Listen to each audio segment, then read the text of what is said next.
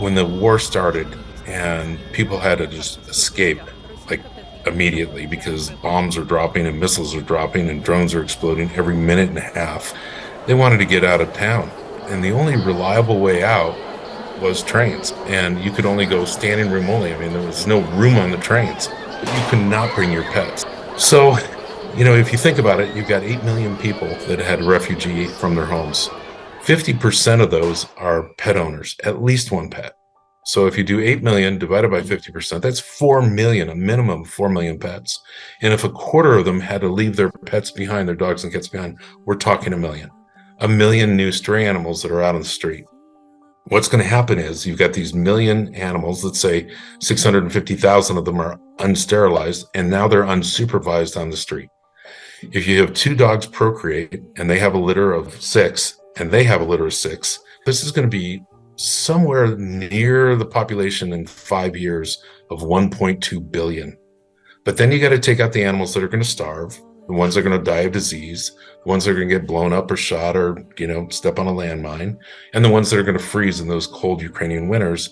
And that's going to bring it down to, in about 5 years, 125 million new puppies and kittens. A huge multiple of dogs and cats that will be scraping for, survival, and they will be biting people. They'll be carrying disease.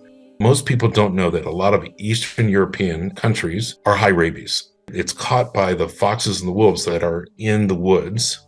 And what's happening right now is you can't hunt in Ukraine because the last thing you want to do is step into the woods with a gun.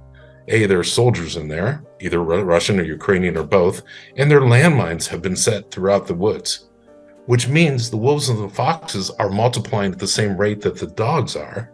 And you have this huge explosion of rabies coming. 55% of rabies bites are in children.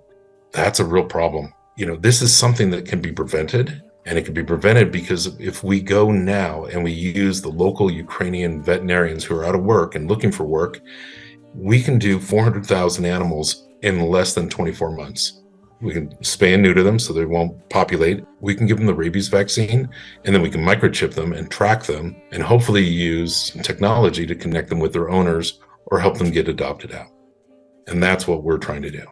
So over the next few years, we need somewhere between 14 and 17 million dollars to make this happen. So it's about $55 an animal. The Ukrainian veterinarians are willing to work for not a lot of money, and we've got a lot of volunteers, and we've got a lot of people that want to see this happen.